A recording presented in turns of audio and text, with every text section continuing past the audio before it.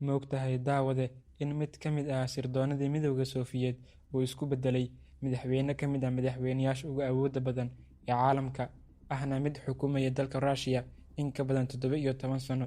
Kadib noqoshada madaxweyne, wuxuu dalka ka dhigay mid kalitalisnimo ah iyo mid militari.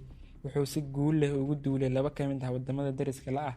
Si aan u fahanno daawade in hal nin uu saameyn xoog leh ugu yeelan karo gudaha dalkiisa, waxaynu u baahannahay inaynu dib ugu laabanno fowdadii iyo musuqmaasuqii haleelay Ruushka kadib dhicitaankii maamulkii awoodda lahaa ee Midowga Soofiyeed.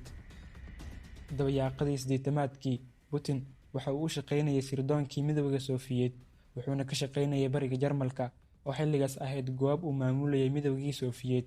Putin ayaa dib ugu soo laabtay dalka Ruushka kadib dhicitaankii gidaarkii kala qaybinayay bariga Jarmalka oo uu maamulayay Midowgii Soofiyeed iyo galbeedka Jarmalka oo ay maamuleysay xukuumadda Jarmalka. 2 sano kadib, waxaa burburay maamulkii awoodda lahaa ee Midowgii Soofiyeed, wuxuuna dalka Ruushka galay xaalad aad u adag. Sidoo kale, wuxuu dalka Ruushka waayay dhul uu baaxaddiisu yahay 2 milyan oo mayl oo isku gargaraysan.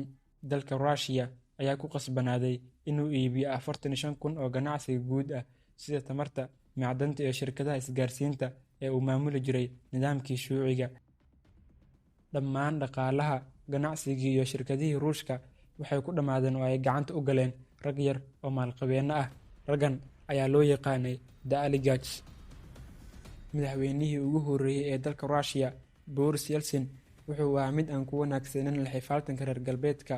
Waxaa intaa u sii dheer, wuxuu ahaa nin khamri cabaa ah, midaas oo keentay in dadka Ruushka ay nacaan madaxweynahan.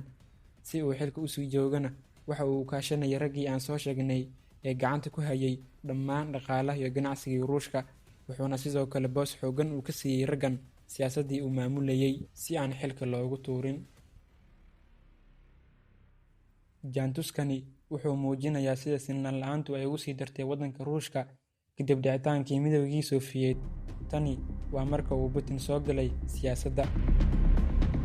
Putin waxa uu iskaga tegay shaqadii sirdoonnimada ahayd, isagoo noqday duqa magaalada St. Petersburg oo ah magaalo ku taal dalka Ruushka.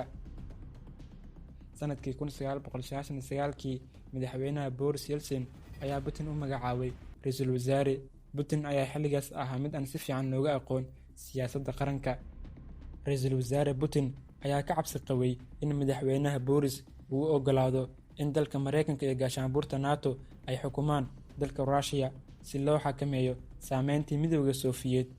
Dalka Mareykanka iyo gaashaanbuurta NATO ayaa ka cabsi qabay in mar labaad uu ka dhasho dalka Ruushka Midowgii Soofiyeed ayna dib u ceshtaan dhulkii ka go'ay.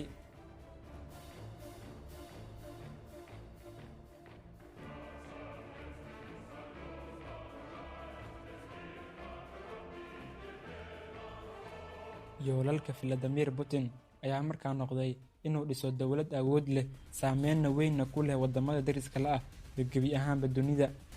Dhicitaankii Midowgii Soofiyeed kadib, waxaa fowdo iyo rabshado aan dhammaad lahayn ka bilowday gobolka Chechnya oo ahaa gobol si rasmi ah uga go'ay dalka Ruushka.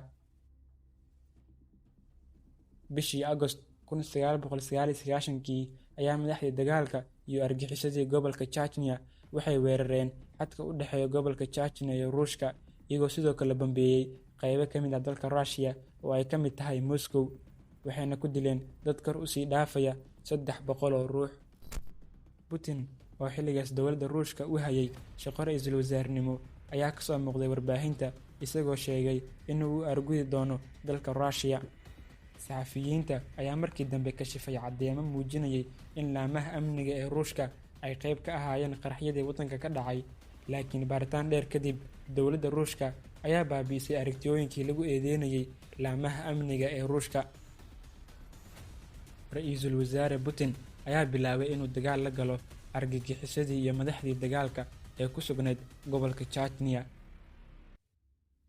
Grozny oo ah caasimadda gobolka Chechnya ayaa waxaa dhulka la simay ciidamadii dalka Ruushka ee uu hogaaminayay ra'iisul wasaare Putin, waxayna ka dileen dad tiradooda lagu qiyaasay 80,000 oo qof. Ra'iisul wasaare Putin ayaa wuxuu si guul leh dib ugu soo celiyay gobolka Chechnya wax ka yar 1 sano, waana arrin sabab u noqotay in ra'iisul wasaare Putin uu helo taageero aad u fara badan. bishii Diseembar sanadkii 1999 madaxweyne Boris ayaa iscasilay isagoo ka dhigay Putin madaxweynaha ku-meel gaarka ah.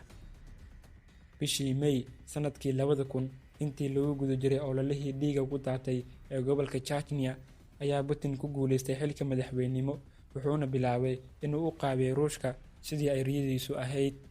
Intaa kadib, Putin ayaa bilaabay inuu gebi ahaanba ka takhaluso musuqmaasuqii ka jiray dalka, isagoo bilaabay inuu maamulkiisa hoos keeno raggii aan soo sheegnay ee gacanta ku hayay dhaqaalaha dalka Ruushka. Kuwii taageeray hoos imaadayna maamulka Putin waa la abaalmariyay, halkii kuwii diidayna loo taxaabay xabsiga. Intaa kadib, Putin ayaa bilaabay inuu awooddiisa gaarsiiyo daafaha kale ee adduunka, uuna waddankiisa ka dhigo mid saameyn weyn ku leh caalamka. Sanadkii 2008 Ruushka ayaa bilaabay inuu ku duulo waddanka deriska la ah ee Georgia, isagoo si degdeg ah uga qabsaday 2 qaybood, isagoo sheegay in Georgia ay ka mid ahayd Midoogii Sofiyeet. Balse xilligaas Vladimir Putin muusan ahayn madaxweynaha Ruushka oo wuxuu ahaa ra'iisul wasaaraha Ruushka.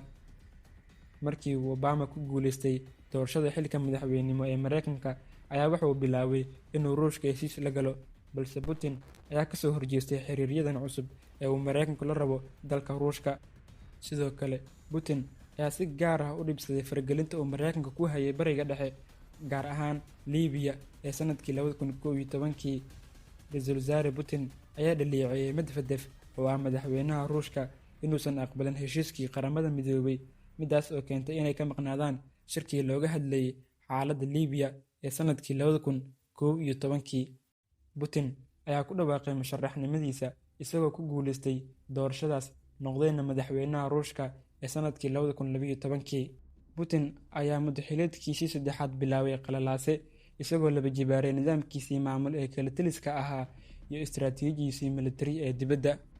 Tan iyo markii ugu horeysay ee uu xafiiska madaxtinimo la wareego sanadkii 2000, Putin wuxuu si adag uga xirnaa telefishinka Ruushka iyo asal ahaan dhammaan wargeysyada, waxayna u ahaayeen mashiino uu u adeegsan jiray si uu had iyo jeer iskugu muujiyo inuu yahay hogaamiye Ruush oo awood leh. Madaxweyne Putin ayaa marba marka kasii dambeysa sii xoojinayay istiraatiijiyadiisii qalaad ee shisheeye, isagoo adeegsanaya qaabab militari oo soo jireen ahaa. Wuxuu sidoo kale Putin dhisay ciidan haakara ah oo lagu tiriyo inay ka mid yihiin ciidanka ugu waxtarka badan ee dalka Ruushka, waxayna hackerskan soo jabsadeen macluumaadka qarsoon ee Mareykanka, iyagoo sidoo kale soo jabsaday akoonnada emailka ee siyaasiyiinta Mareykanka. Xitaa waxay xireen internetka waddanka Georgia intii ay weerarayeen. Sidoo kale hackerska Ruushka ayaa bilaabay olole dacaayad ah oo lagu taageerayo musharaxiinta garabka midig ee Yurub. Tani Putin waxay u ahayd mid uu rajeynayay rabeyna inuu ka faa'iideysto kala qaybsanaanta reer galbeedka. Sanadkii 2014 himilada Putin waxay ku dambeysay bartilmaameedka waddanka Ukraine, isagoo sheegay inuu ahaa dal ka tirsanaa Midoogii Sofiyeet. Madaxweynaha dalka Ukraine ayaa Putin ku dacweeyay reer galbeedka maadaama uu waddankiisa qalalaas ku hayo. Putin ayaa ka cabsi qabay in madaxweynaha Ukraine uu ku biiro gaashaanbuurta NATO. Marka Putin waxa uu amray ciidankiisa hackerska ah inay faafiyaan olole dacaayad ka dhan ah madaxweynaha Ukraine oo dhaliyay mudaharaadyo fara badan. Putin ayaa qalqal geliyay siyaasadda dalka Ukraine, isagoo sidoo kale kala wareegay jasiiradda Crimea. Putin ayaa sidoo kale sii taageerayay dagaalka uu ku hayo dalka Ukraine. Tan iyo 2017 waxaa dagaalkaas ku dhintay 9,000 oo qof, midaas oo ka yaabisay adduunka, balse Putin dhag muusan u dhigin. Bal u fiirso siyaasaddiisa qalafsan ee dibadda, wuxuu si guul leh ugu duulayaa wadamada deriska la ah, isagoo sidoo kale isku soo aruurinaya wadamadii ka tirsanaa Midoogii Sofiyeet. Duulaankii uu qaaday waxay sare u qaadeen cunaqabateyn kaga yimid galbeedka, iyagoo ka hor istaagay in ganacsada Ruushka ay ka ganacsadaan suuqyada galbeedka.